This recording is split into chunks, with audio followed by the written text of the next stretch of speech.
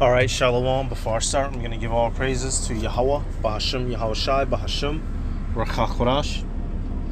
Double honors to the elders and apostles of Great Millstone. Peace, blessings, and salutations to all like Akim wa Akwath, learning and teaching in truth and sincerity. Give me 1 second, y'all. I'm going to have to hop out the truck. But basically, this video, I was going to title it The Atrocities of Katrina. All right, and basically the spirit just hit me, not too long ago to find these clips again that, you brothers that's been around in YouTube land for a minute, you remember these clips of those guys telling the stories of how Esau Edom, so-called white man, was blowing our shit away during the Katrina hurricane, and this is slucky, y'all, for the background noise. This is something that they didn't want to report on the news, how bad, the race riots and relations were. You have the whole thing that happened in the Superdome where women were getting taken advantage of sexually, children were getting taken advantage of, there was starvation. It was pretty damn bad. And this shows you a glimpse of what society is going to be like when all the laws are off. All right, see, Esau Edom, the so-called white man, let me see, so let me pause real quick. Alright, Salaki, y'all. Hey, if I forgot to, I'm gonna start, give all praises to Yahweh, Bashim, Yahweh Shai, Bahashim, Rakakorash, double honors to the elders and apostles, Great Millstone. Peace, blessings, and salutations, all like Akim wa Akwath, teaching truth and sincerity. Alright, I just don't remember if I opened up properly or not. But like I was saying, this dude E, these laws aren't here to protect anybody. All right, these laws are, E uses the law as an excuse to get away with taking Jake out of this world, and soon he's not going to need an excuse. He's just going to press his button over and get his next part of his game plan started. So let's take a look. Let's see what was going on during Katrina. Desperate people fleeing. For those who may not know, Katrina was the big hurricane that happened some years back in New Orleans. Flooded zip codes began headed toward the West Bank. People fleeing flooded zip codes began headed toward the West Bank. I never thought that I would witness what I did during Katrina. Not now, just not among some individuals that I classified as neighbors. We're blocking both ends of the street. This is during Hurricane, Katrina. They're doing looting. They're looting the businesses right now. And we figure they'll eventually get around to looting the houses. Fearing an influx of... So right there. Now, granted, Jake was out there on a nut. I'm not even going to make no excuse for Jake. Jake was out there robbing and stealing. And Esau Edom, he'll use any opportunity he can to kill us. And luckily for him, that was his opportunity, the fact that we were robbing and stealing. And regardless if they had directly got robbed or stolen from, immediately on sight of seeing a so-called Negro, they'd get to shooting at you. If you was a Negro in Katrina and you ran across a white man's home, more than likely you was about to get shot at or shot to death, depending on how fast you were or weren't. Outsiders, the gunmen of Algiers Point barricaded their streets. Malik Rahim is one of a handful of blacks living in Algiers Point. In the days after Katrina, he says he was threatened at gunpoint by several white neighbors. I couldn't walk through Algiers Point. You couldn't? Oh no, I could stay on my block. But if I would have turned that corner, I would have been in a firefight. Malik's friend Reggie Bell was also confronted at gunpoint. After they caught up with him, they told him to run. And if he would have ran, they was going to kill him. They were going to shoot him in the back. And he told him, he said, hey man, he said, I live right here. They told him to run. At the ferry terminal in Algiers Point. Let me fast forward now because I want to get this other guy's testimony right here. Yep, Donnell Harrington, shooting victim. And our friend, and I was telling him that, yeah, we finally bought. I'm gonna get some scriptures here in a second. I just want y'all to, see this. This is what's coming. All right, this is the underbelly of America. This is what America is known for, the oppression of the Israelites. Matter of fact, let's do this real quick. All right, underneath all the cars, the movies, the motherfuckers going on vacation, Look, man, if you're in America and you're an Israelite, you about to get your head domed. All right, you getting your head cracked one way or another. That's what this land is known for, the oppression of Israel. All right. I'm gonna get this out of Isaiah 22 real quick. All right, even coming on the way in, it was nothing but hell. Isaiah 22 and 18. He will surely. I'll start up. Verse 17. Behold, the Lord will carry thee away with a mighty captivity, and will surely cover thee. What is the mighty captivity that the nation of Israel has went into?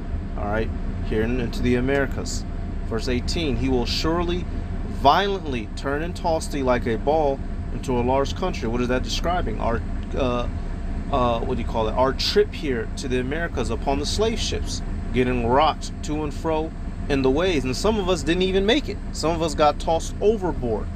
All right, there shalt thou die, and there the chariots of thy glory shall be the shame of thy Lord's house. All right, and where have we been dying at? You know, of course, we've died all over the planet, but we are known for being slaughtered here in the Americas. All right, and now we are ashamed here. All the things that, you know, a nation takes pride in, we don't have any of that. We don't got chariots no more. Nothing noble, nothing glorious about us. We're down here being shitted on and killed left and right, which is why they're able to do things like this during a catastrophe, because they know that we have no help. And our friend, and I was telling them that, yeah, we finally about to get out of here.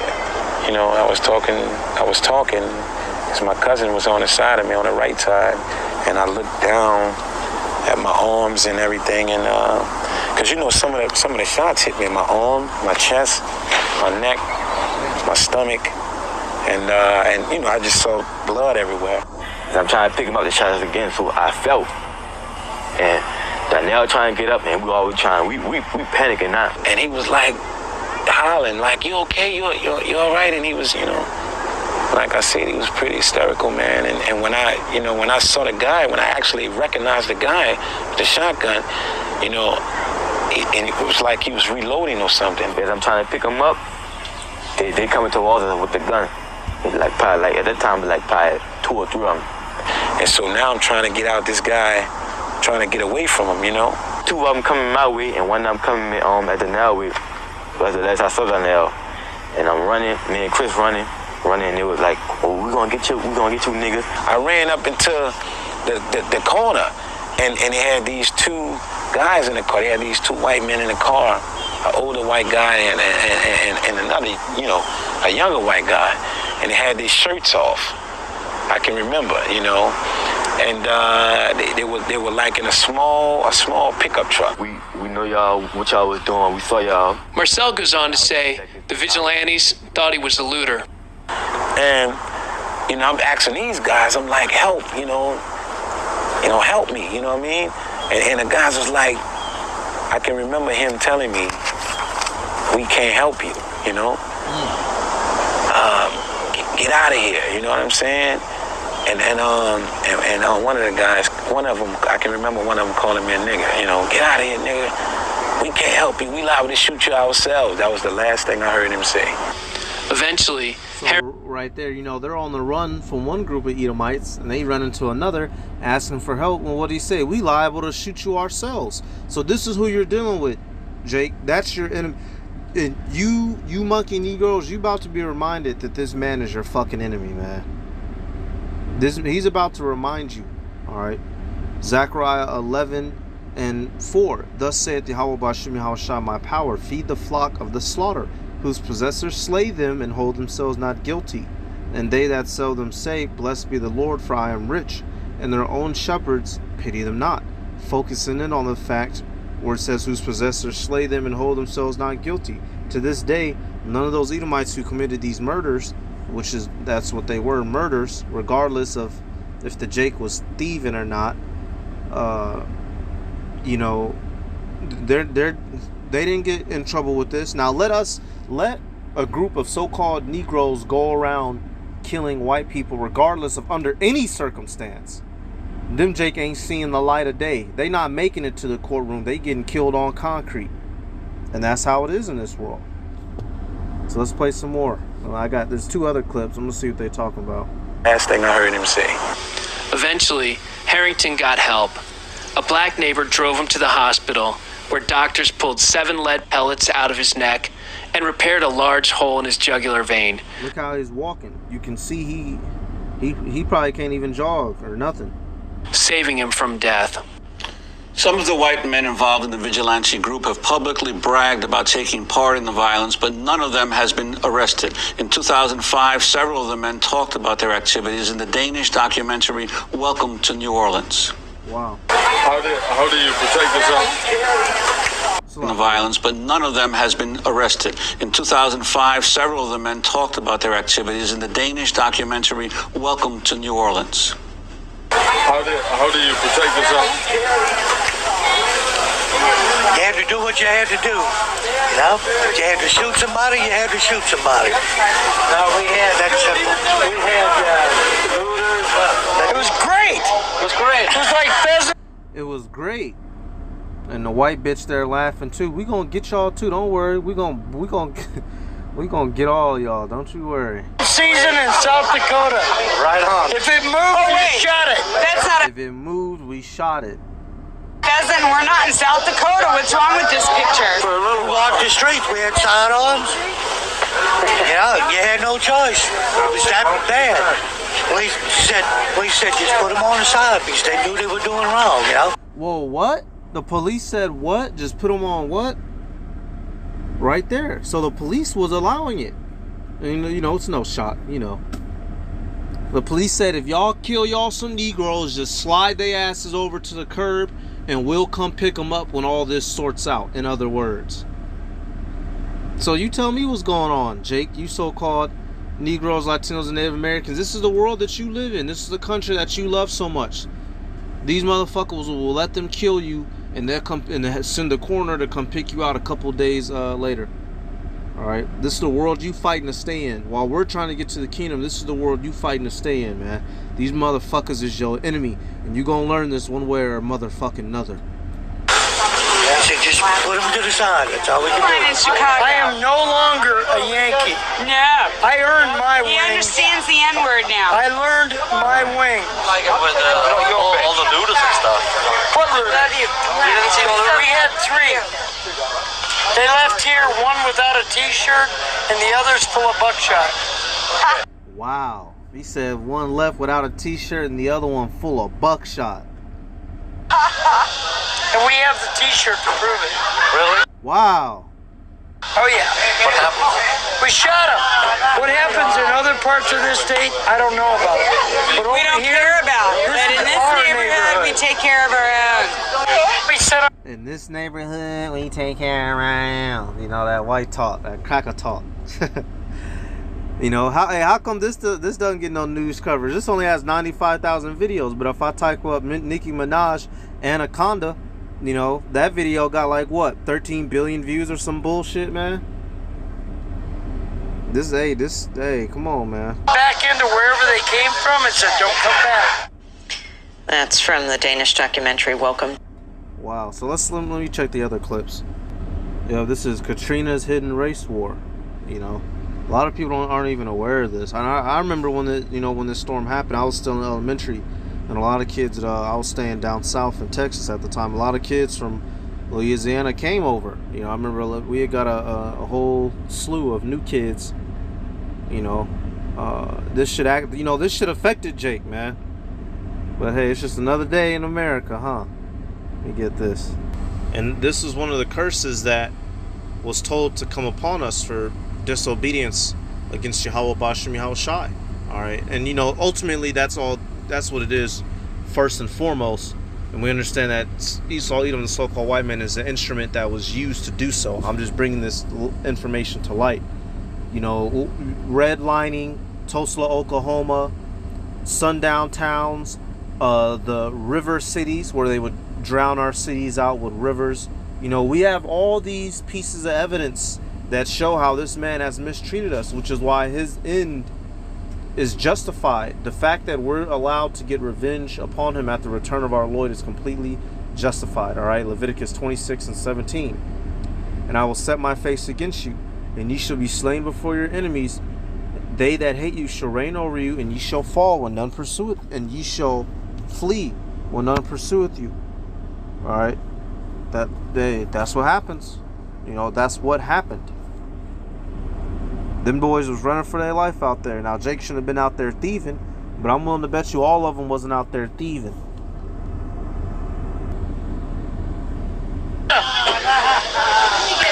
They were looters. And one of the things that I found about the comments for all these videos, basically, everybody in the comment boards is on the Edomite side. You know, saying, oh, they was justified. Them niggers shouldn't have been robbing and stealing and looting. Which, again, is understandable. You know, you have the law in Exodus that shows you what to do with a thief. You know, if you catch a thief in the middle of the act, you can, according to the biblical law, kill him. But if you catch him outside of the act, you can't kill him, but you make him pay back what he took and double. All right, so according to our law, some of them was going off. Now, if you just happen to see a Jake walking down the street, you know, you can't just up and automatically assume he was a looter. But he don't deal with the Bible. He deals with his own little laws that he set up, and all of his laws have been set up to justify your oppression and murder. All right, look at one of the laws here in America: loitering. What is it? You can't stand in one spot for too long. Salaki, y'all. Like I was saying, the loitering law. You know, they don't want legally. If you stand in a group of a certain amount of people or more for too long, you can get in trouble. What does that go back to? Slavery. They didn't want the slaves standing around and plotting against them. You know, just little shit like that. All right, everything in this country was set up against us. All right, so that's why we got to move wisely. Came to New Orleans to find the people in this documentary shot by Danish filmmakers, and to talk to this man who says 3 nights after Katrina he saw 3 armed white men, one of whom pointed his gun at him. He said, "Nigga, I'm gonna get you." Donnell Harrington, who says he was merely walking to a ferry boat in the mostly white neighborhood of Algiers Point, was shot in the neck, but it wasn't over.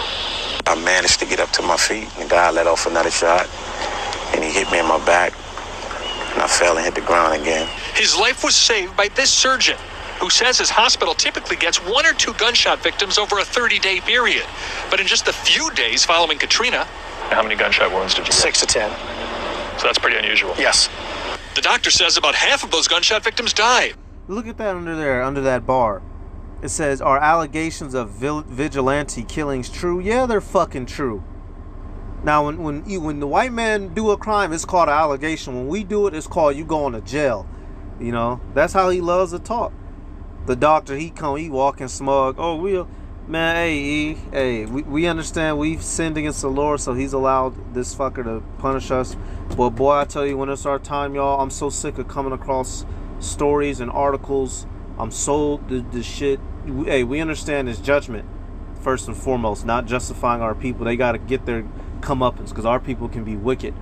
But the fact that our nation has a stain upon itself must needs be alleviated. When they call one of us a nigga, they called all of us a nigga. All right. Everything that happens to one happens to all.